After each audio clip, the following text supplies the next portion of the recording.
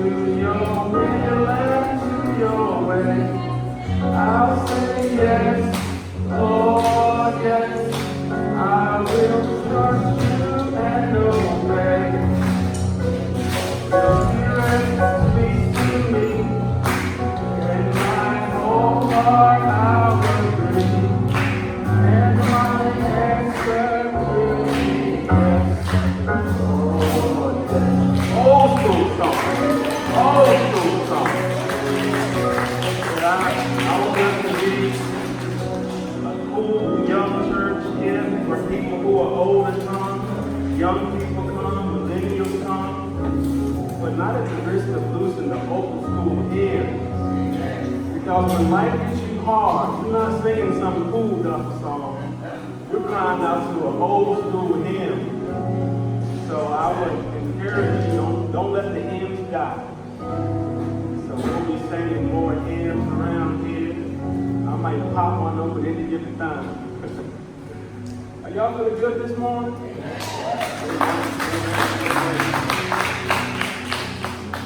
Well, welcome to Grove Church.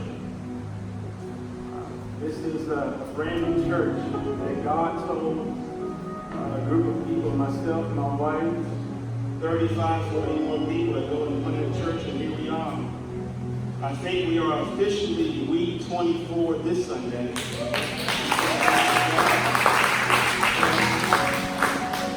And so it's like a roller coaster ride. Some days it just seems like God is with us, and He is in control, and we're on top of the world.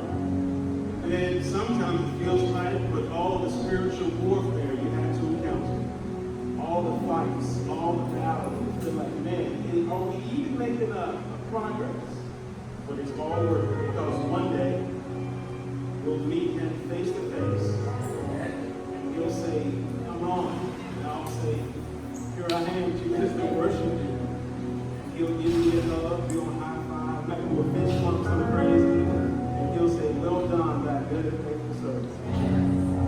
So I hope that as He tells me that, He will also tell you that as well. Well done, my good and my faithful servant. So let's dive into today's sermon, today's topic for today. We want to get into it. There's some things as a pastor that you must go address. You know, if it was up to me, I would kind of pick and choose where I preach from. And I would pick certain parts that made me feel good. I would talk about faith, talk about strength, talk about the miracles of God. But there's also, as a pastor, times where you have to go and talk about, let's give the people some teaching. Let's give them some strength. Let's kind of let them know how we believe of the text. And so today, I am in pastoral, and I'll be kind of sharing specifically scriptures that I believe would hope, or would help your heart, strengthen your heart, and empower you on today to live better lives in Jesus. Amen? Amen. Well, let's do this. If you have your Bibles, extend it to your feet. Extend it to your feet with the Bibles.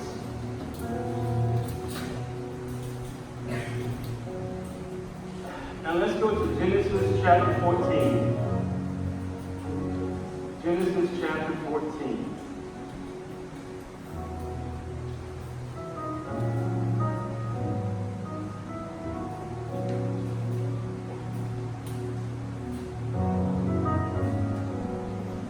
We'll be at verse 17 through 20. Verse 17 through 20.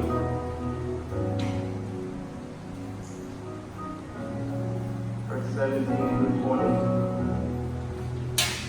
When you have that, you can say amen, amen, amen. Let's read it together.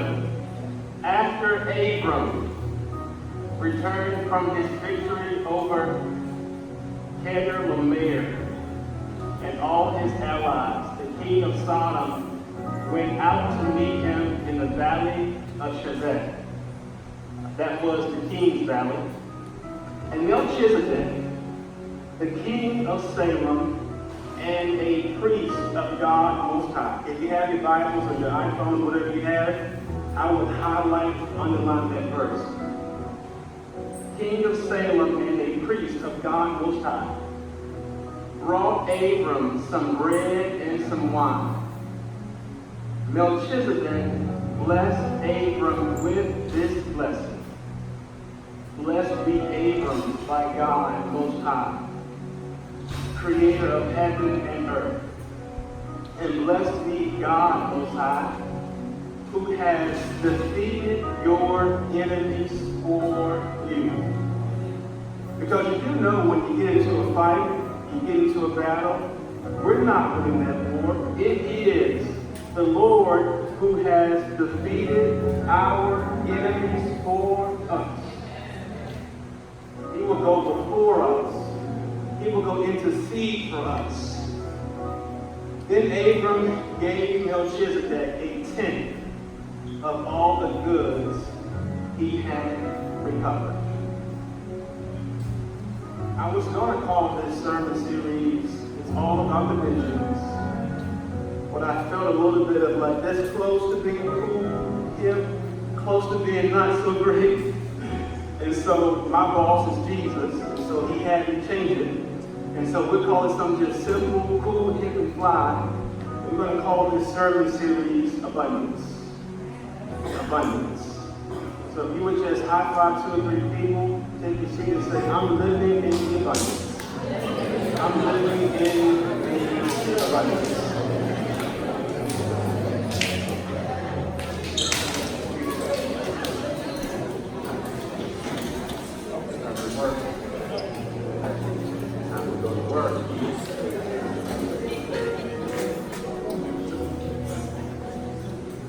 Time to go to work. Anybody here watch T.D. Jakes? You pretty young and says, yeah, it's time to work now. It's time to work now. So I gotta work. Prepare all week long. By the way, by the time we get home on Sunday, meet Key and the kids, we're talking about what God did, what can we improve on, what can be better, how can we lead better. And by the time 7 o'clock, 7:30 roll around, I'm already thinking about, man, I got to preach again next Sunday. Because some days you're feeling like, let's go do it, and some days somebody come preach to me. But today I am positioned in this, I would say, precious territory to preach and teach to our hearts and to our minds. Because I know for a fact, myself being included in the one, we have been taught sometimes erroneously, taught incorrectly, taught almost right but not right, taught into a way of fear in which I don't believe the scripture is interpreted to be that way. But today we're talking about this big idea, big topic of scarcity over abundance. And for all my note takers, you can get your e-pens and paper out now. Need an e-pen, raise your hand, they'll bring you one. Or if you take notes on your iPhone, that's cool. But we're talking about scarcity and abundance. And I'll be really teaching you today. I'll kind of be giving some data, some stats, some numbers, and digging in that way. Scarcity is a mindset that we can sometimes adopt by default. Scarcity is a mindset and a belief system that we sometimes evolve into without even knowing. It's like you're driving your car and you kind of lose your focus. And you say, man, how did I end up over here? Scarcity can kind of come take us and put us someplace that we do not want to be in. Scarcity says things like, man, all I have is this, and I can't share this with anyone. And this is for me and my house, and this is all I got, and so I love y'all. But I'm going to keep this for me and my family, and we're going to be good. Scarcity. Scarcity also can be at times where you do not have this mindset that you can achieve or do more. It's like I'm capped out. It's like, I hit my 30s, I hit 34, but I'm getting really old, or you hit 40, maybe you hit 50, maybe you hit 60. And you feel like, man, I'm now capped out, and and I can't do anymore. I can't be any better. And so therefore, I must settle for this life of mediocrity or settle for where I currently am in life. And I don't believe that's the Lord's will. So I am prayerful. I'm hoping that we will begin to shift a paradigm shift. We begin to shift our hearts, our minds, our beliefs, our systems, our cores from, yeah, life may have hit us or hit us rough or life happened to us, but we don't have to stay in scarcity. We can move from scarcity over to abundance. And let me put some scripture on this real quickly for abundance. If we go to John chapter 1, 15 through 16, it reads this way. John testified about him when he shouted to the crowds, "This is the one I was talking about, when I said, someone is coming after me who is far greater than I am, for he existed long before me." I love this scripture. It says, from his abundance. His is talking about Jesus. From the Lord's abundance, we have all received one gracious blessing after another. How many know that when the Lord blesses you or things happen in life, no matter how hard we work for it, it is still because the Lord blessed us. It is still because we may have a degree, we may have put the application in, you may be a hard worker, but at the end of the day, the Lord can open up the doors of heaven, or he can also shut them. So how many know that when we get blessed, it is the Lord who is blessing us? That's why we keep coming week after week, coming into his presence, because we know that all of our blessings, all of our help comes from the Lord God Almighty. So talking about then scarcity, moving over to abundance, let's talk about this big word, vision. Vision. Can I ask you a question that most people probably would not ask you? What is the vision for your life? What is the vision for your life? Maybe you're here, you're 13, 14, 12, maybe 9, but listening to me. Maybe you're in teens, 15, 16. Maybe you're in that 20 age, maybe 30s, maybe 30, 40, maybe you're 50, maybe you're 60, 65. But what is the vision for your life? Maybe you've even said, man, I just want to live and make it day by day. Some people say that I don't want nothing but to be alive and be okay. You gotta want more than that. I don't believe that we were even born innately by God this thing like, I just want to exist. No, everyone in here has what I call a type of lion in your heart, where you have a vision, where you want to do that, I want to do this, I want to achieve this, or maybe you wanted to do that, life hit you so hard, and you've given up. Can I suggest that in 3 years from now, you can be in a completely different place? 5 years from now, you can change your life almost absolutely completely. If you do not have a degree today, in 2 years, you can have an associate's degree. In 4 years, you can have a bachelor's degree. In 6 to 8 years, you can have your master's in pursuing a PhD. It all boils down to how are you thinking about the vision for your life. So I'll ask you again, what is your vision? We are approaching tomorrow, is July 1st. In a few days, we're July 4th. Happy Independence Day, everybody, early. But as we approach tomorrow, July 1st, we are coming upon the second half of the year, or third quarter.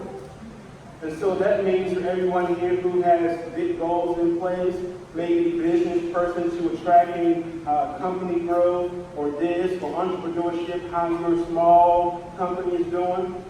What are your goals for the second half of the year? Have you thought about those?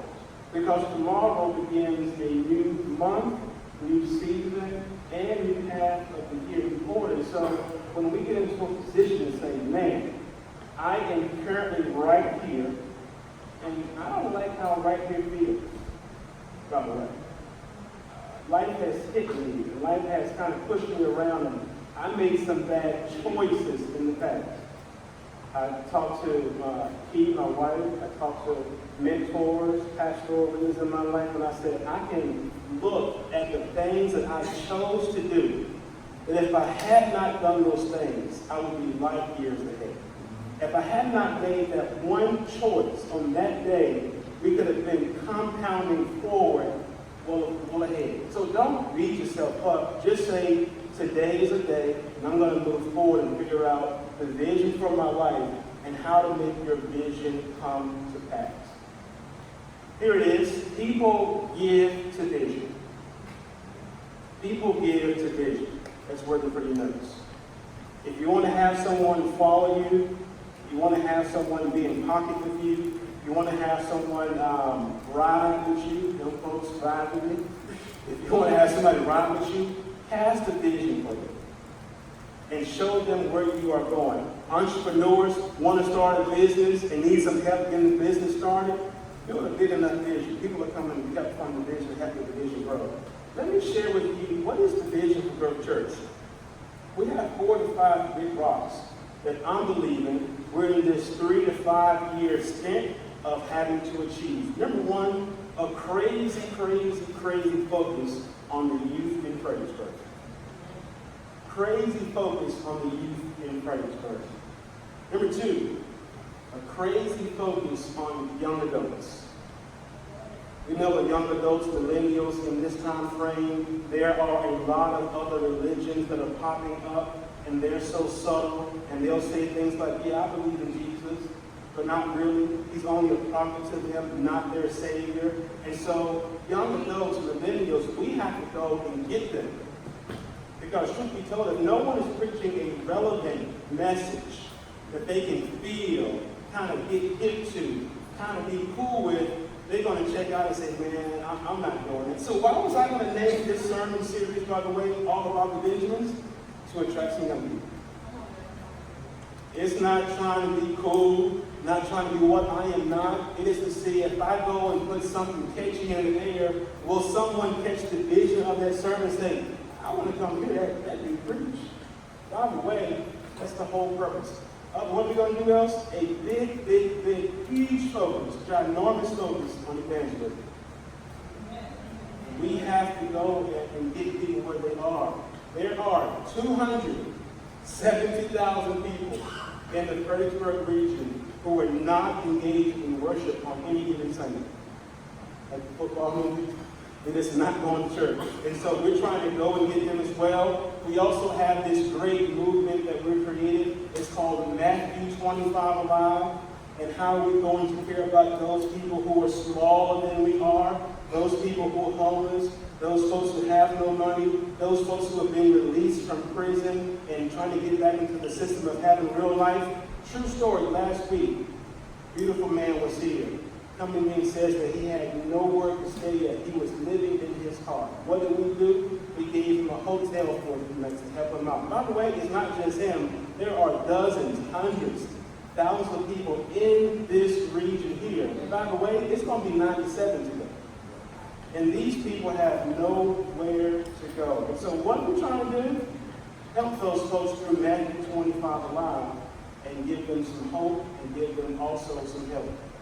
What is then the next big thing we want to do? We want to have an extreme focus. In a few years, we got to build a Grove Church. Amen? We got to build a church. We can't be here forever, right? Yeah, we can think back at that.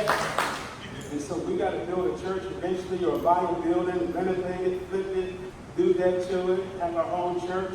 And then lastly, it's growth worship. I believe that God's given us a sound for our church that I think is unique. I like it. I love it. It's good to worship to. I think the team is doing an incredible job of kind of taking that vision and making it go.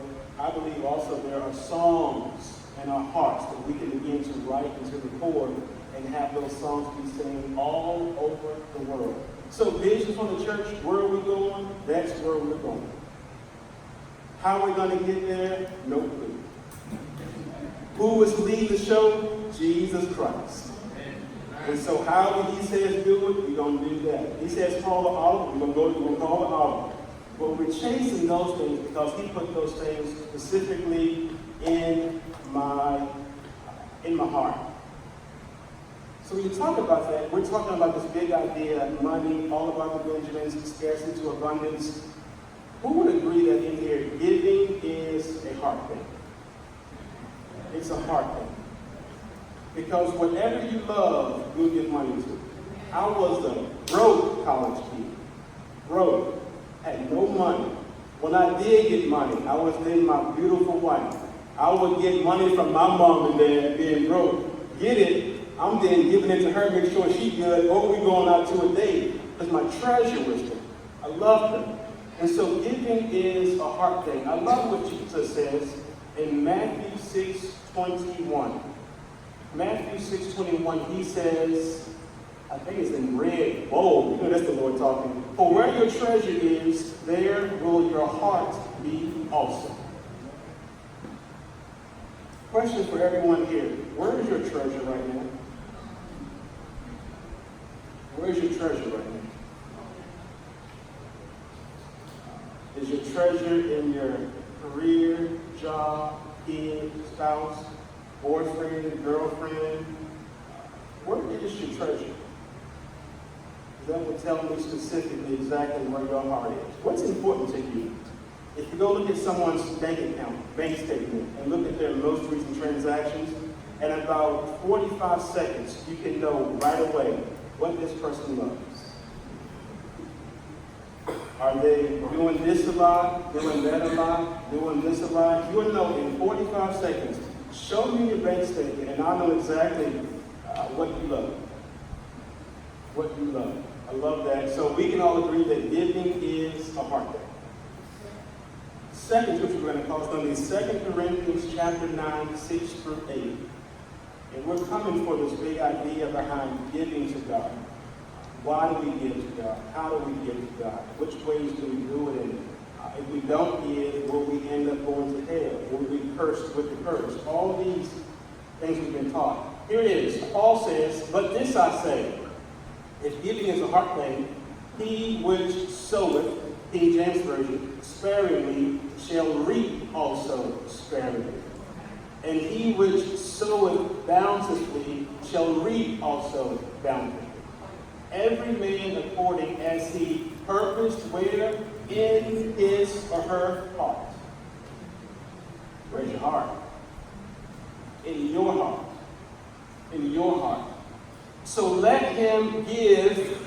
Don't do it grudgingly or of necessity. I've also been my whole life in church.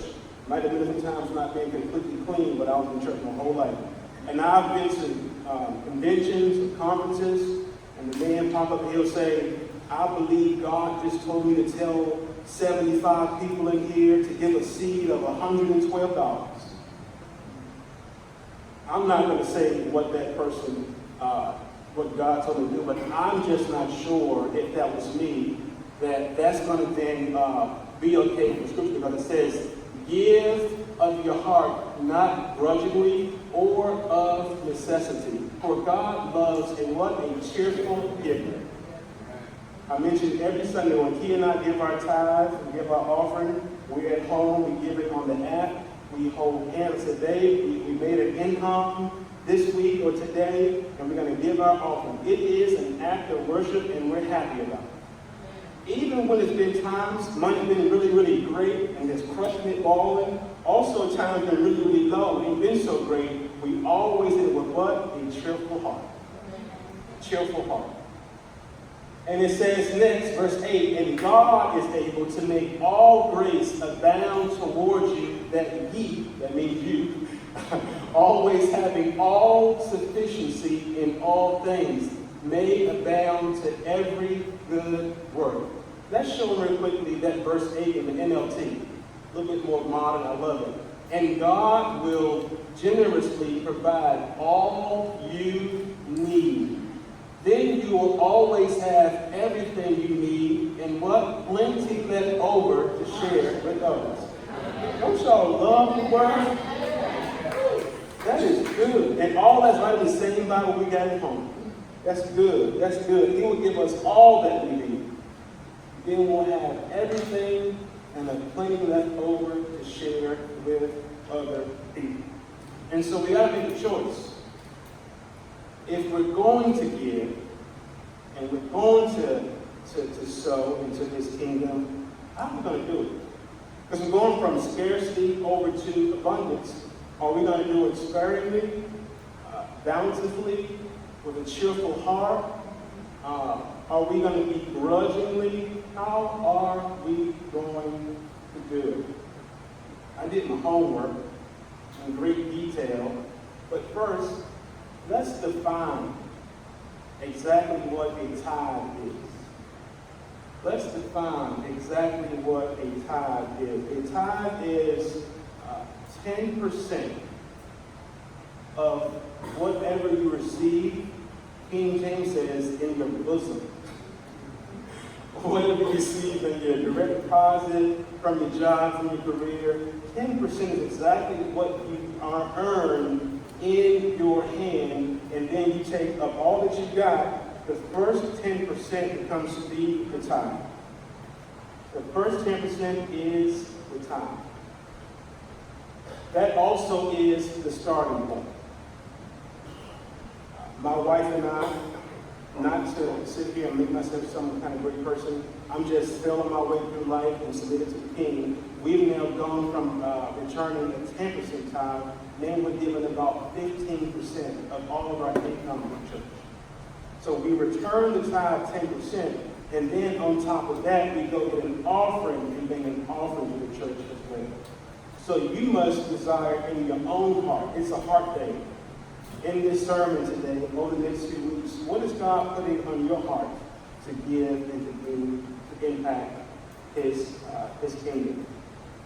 Let's look at these staggering stats, talking about tithing, talking about giving, talking about offerings. We are a church. We're a church plant.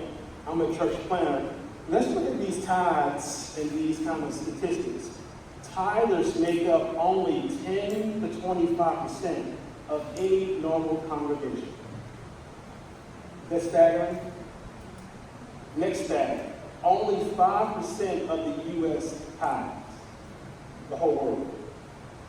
5% tithes. With 80% of Americans only giving 2% of their income. So you can't sit here and point the finger and say those people are terrible, why are they doing it, why they're not giving. Here's the truth. Maybe they have not been taught why and how to return the tithe, how to do it, why to do it, and more importantly, that it's a heart thing. So we have to unpack this. You know, there's been times where in my preaching ministry, I would say to myself, man, I wish I had that pizzazz, I had that sauce that some pastors have where they can get up there and poop you down and they can moan, and the organ cuts on. I'm thinking like, man, I ain't gonna be a good preacher, I don't think. I don't preach that way. But I want to give you this food where I don't care if you are here, you have a PhD, you have a master's, or you are fresh out of the joint, or you are a kiddo. Can you understand and receive what the scriptures are saying to your heart? And so as long as I can do that, with the Holy Spirit leading me and helping me, I'll be okay. But one day, we're going to move. One day. You know, it's funny, at home, we goof off a lot at home. We just kind of cut up and act kind of crazy. And so sometimes being one will be like Mark and our granddad, Bishop Cruz, preaching. And I'm going to go poof, crazy. And we be copying him and doing what he doing. So one day, what happens in private, I'll see y'all in public. One day. All right, here we go. Third stat. Christians are only giving at 2.5% per capita, while during the Great Depression, they gave at 3.3%. Is that staggering? Great Depression, folks were jumping out of windows. Stock market crash. They were killing themselves. It was bad. And can we say that when the Great Depression hit, compared to right now, 2019, that they were giving more then than we are now? Why? I don't know. Is it preaching? Is it teaching? Is it the heart? One of those three. Preaching, teaching, or the heart. Those are staggering truths, I would say, and something to be aware of. Here's also another truth that Dr. Vernon shared with me.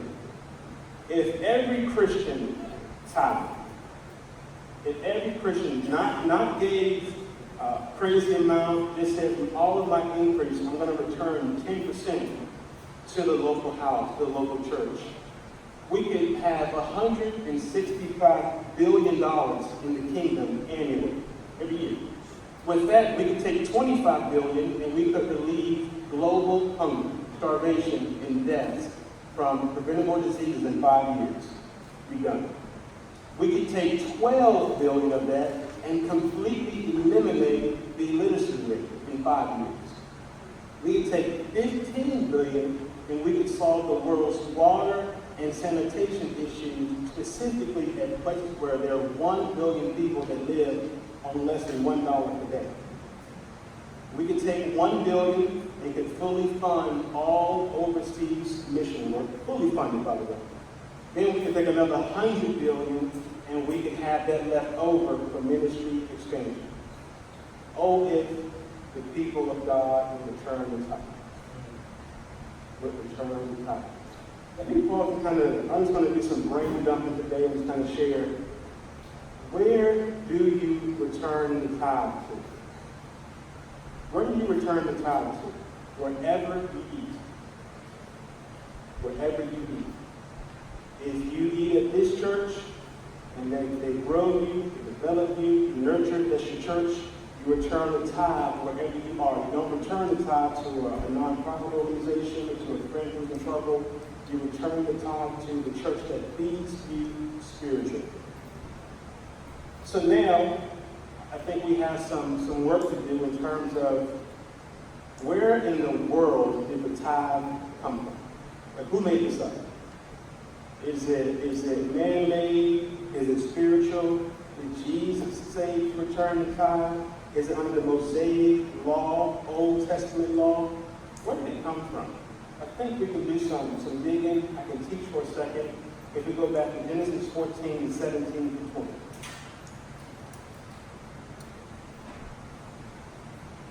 And let me first give some context before we go into the text so you can appreciate it and we can all grow together. Remember, I preached part 2 of Crazy Faith series, a sermon entitled God's Gonna Make You Back. Remember Abraham and Sarah? They were really old, and God said, I'm going to give y'all a son. And Sarah laughed and says, I'm too old. And the Lord asked her, why did you laugh at me? Long story short, they had a baby at a very old age. This is the same man who was married to Sarah, who we'll talk about today. It was Abraham. At first, his name was just flat out Abram. It was before Abraham, his name was Abram. What Abram did was, you know the story, Abram hopped on the scene of the Bible in Genesis chapter 12 with him and who? His nephew Lot. They were kicking it, they were okay. They then chose and decided to break up. And then Abraham says, now Lot, you choose, nephew. Where do you want to, by the way, my uncle said, right now, always from Breckman, Virginia. Speaking of nephews, he came his prophet for the day. He tells Lot exactly, you choose where you want to go, north, south, east, or west, and whatever lane you want, that'll be your lane. So Lot said, okay, I'll take the east. And so Lot rolls out, they separate, and they begin to make their own lives, own families. Scripture then says that at some point, Lot, the nephew, got us in trouble. He got kind of hemmed up. He was taken kind of captive. All of his stuff was taken, and he was in this war, and they came and completely took Lot over in Genesis 12:13. In 14, we see that Abraham, being the leader that he was, he found out who had Lot. He got his men, his soldiers, his crew, his tribe, fellas, his clique. He goes to attack the people who had taken him captive. He goes, kills them all, takes them all out, gets Lot back out of that. And this is where we see this story picking up in the Bible. That's the pretext of the text. So then it says, after Abram returned from his victory from beating all the folks who had taken Lot captive. He returned from the victory. The king of Sodom went out to meet him in the valley of Shaveh. That is the king's valley.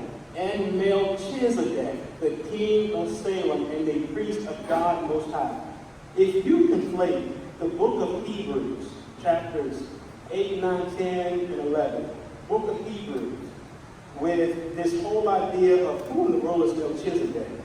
He is the first person who hopped on the scene, who declared himself to be a priest. First person who hopped on the scene in the Bible, who also was the king.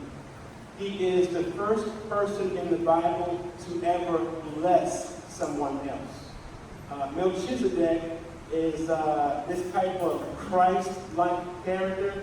Some theologians also argue and believe that he was Christ who appeared on the scene many thousands of years ago. I don't know this above my pay grade. I'm not there yet. But Melchizedek, powerful man, known as priest of God Most High. What did he do? He brought Abraham some bread and some wine, and he blessed Abram with this blessing. This is also, note takers, the very first time we see anyone in the Bible be blessed. Looking for your blessing? The first blessing that ever took place was Melchizedek blessing Abram. First time. First time.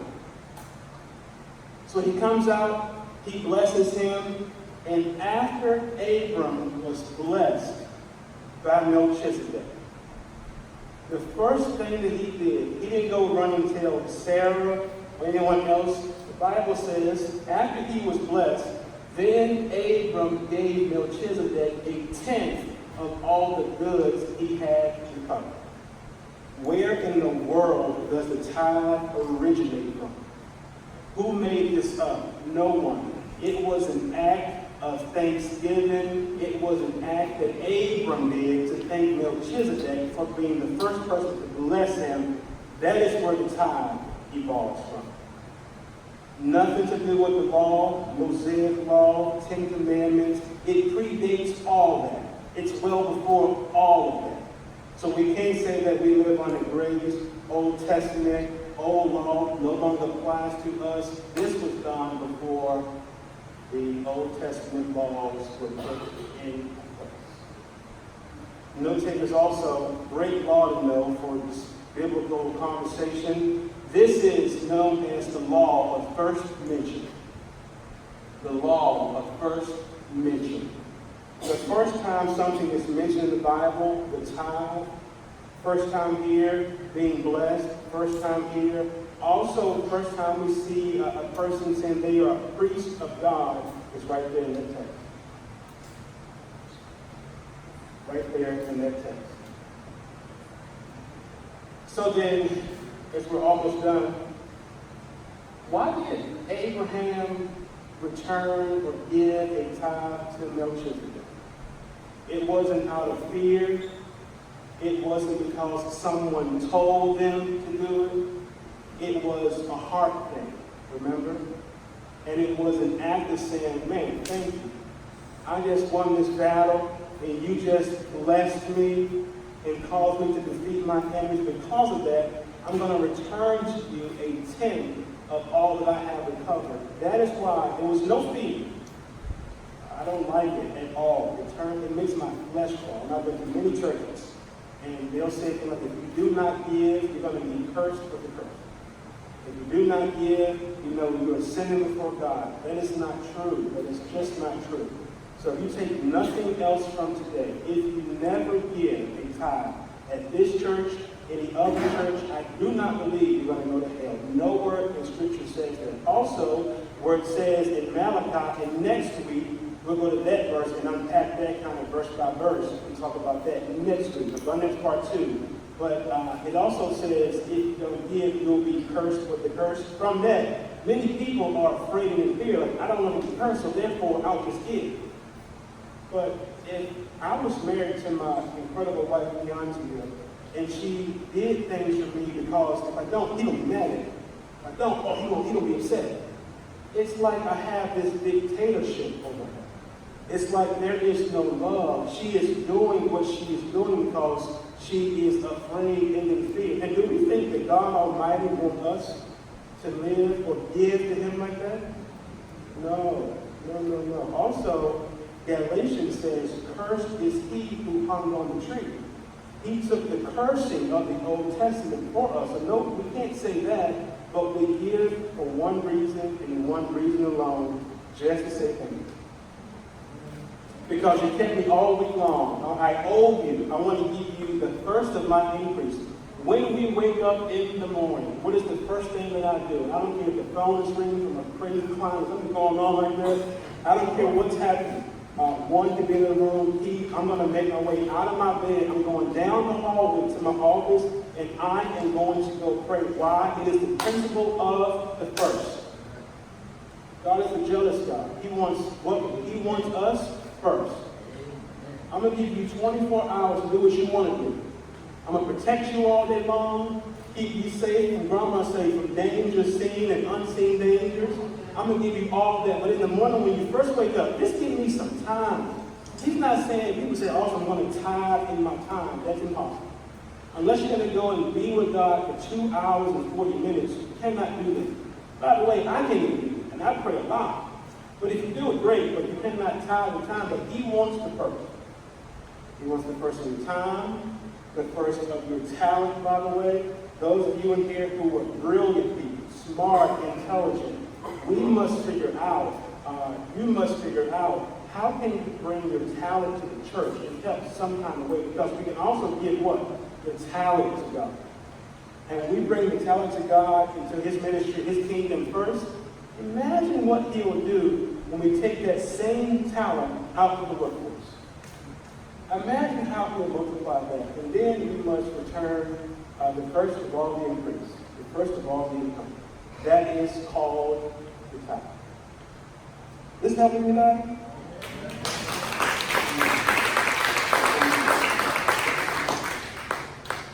And so I gave some stats earlier. Let me give you one more article that I found to be very intriguing.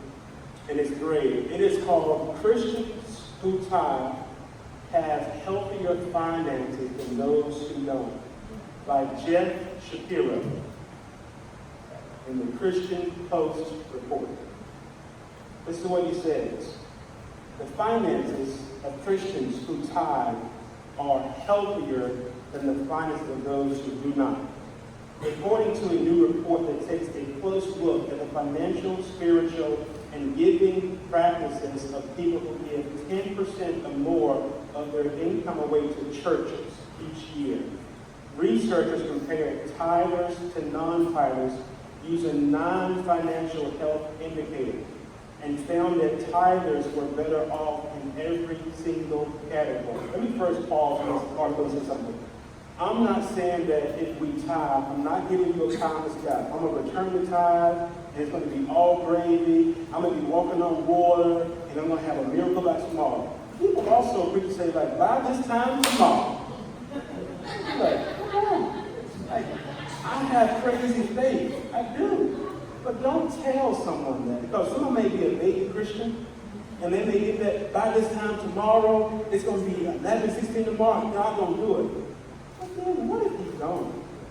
Because God is sovereign. He has his will that he's doing. He knows you, you know him, and so we can't do that. And I'm not saying that if you return the tithe, you're going to be miraculously blessed. No, I'm just saying if your heart loves him, you'll return the tithe. So I want to pause and kind of put that in there. He then goes on to say, he compared tithers to non-tithers using non-financial health indicators and found that tithers were better off in every category. Among tithers, for example, 80% have no unpaid credit card bills. 74% don't owe anything on their cars. 48% own their home, and 28% are 100% debt-free. The weird thing is, he says, a tither looks at that and says to himself, well, I'm better off because I give. A non-tither looks at that and says, oh, they give because they're better off. But the reality is, as you give, God just blesses us. And He may bless you financially. He may bless you with just protection and health. He may give you strength, may give you wisdom. But I'm just trying to lift up this whole big idea.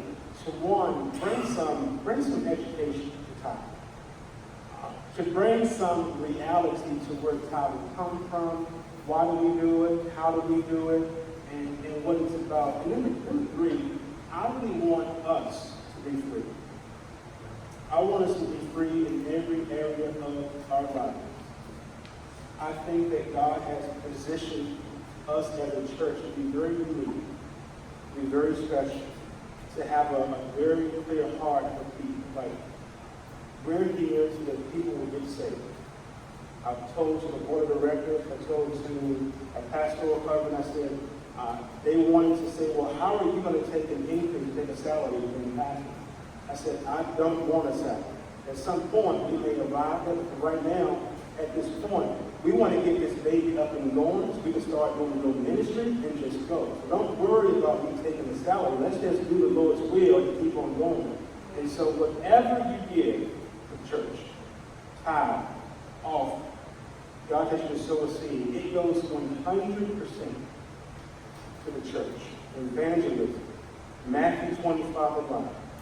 The young adults, youth, and then growth worship. So we can do what? Go reach more people with the good news of Jesus Christ. So 2 questions for you on today. It is, what is God saying to your heart? What is God saying to your heart? First, was this good, everybody? Was this good? Yeah, I was talking to P and some mentors in my life, and I said, this is a topic that I would prefer not to go to tackle.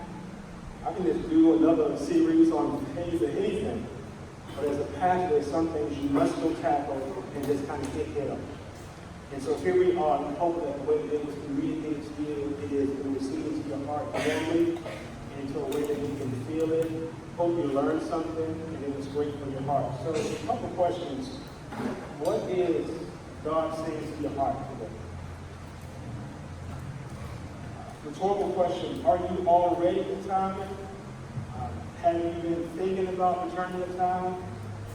Did you not know what a tithe meant? What if you just saying to your heart about tithing? Number 2, where is your heart? Where your heart is, the treasure will be there also. Where is your heart? I remember the first time I earned an income. Really. I worked for a company up in Radford University for an internship called Danaher Motion. Internship paid me, I think, $11.50 per hour. Man, in college, balling. Internship, $11.50, crushing. I'm good. My money, it went to me and Key again. But the first time I received a check, there was this urgent passion in my heart to send a time back home. And there are many things that I do completely wrong, and I'm still growing in areas. I told the man in Tuesday, I find myself talking to people who are smarter than I am, who have spiritual leadership over me more and more and more. And I'm exposing parts of my life where I'm weak in. Because any pastor who says, I'm perfect, got it all together, I'm just Jesus-like. That's not true. And so as you expose them to people, they can help you kind of get better through it. So I was saying that to say this. I have issues. One thing that I always, initially, I was fearful of, that was turning tithe. Because I was taught, if you didn't give a tithe, you were going to be cursed. And I said, I'm about to get my degree. I'm about to graduate. I need no cursings on my life. And so I would get my money, my check. I would then mail back home to my home church a 10% tithe. Every time I got paid, I mailed it back home every single time. And since then, in growing in the relationship with Christ Jesus, it has gone from this act of giving from fear, like don't curse me, I don't want to be cursed, to just saying, Lord, I love you, and here is what I owe you. And return it back to Him in love and thanksgiving and appreciation. So, two things. What is God saying to your heart? And what are you going to do? What's the sense in your heart? What are you going to do about it? And then thirdly, if there's anyone who's here today, and if you do not know who Jesus Christ is, and you say, man, I want to get saved, I want to have a relationship with Jesus. If you have not yet done that, slip that hand up in the sky. If that's you. We thank God for all of our first-time guests who are here. I want to pray for everyone who is here today. Real quick. Every head bowed, every eye closed. Father, in the name of Jesus, I pray that what was communicated today, it was okay to you. I pray that the people who heard it today receive it into their hearts. And I pray for people who are here and who is going through an issue or a challenge of returning the tithe for giving an offering. I pray that you would help them to be free, help them to have a heart for you even the more, and to grow into this grace of giving and living for you even the more. We don't believe, God, that if no one returns the tithe, they're going to hell. We believe that we give out of a thankful heart. And so, Lord, we thank you because you're great to us, you're kind to us, you're good to us. I also pray this word will help build us from today into our Mondays, Tuesdays, Wednesdays, and be in our hearts all day long. We thank you, we love you, and appreciate you. In Jesus' name we pray today. Amen.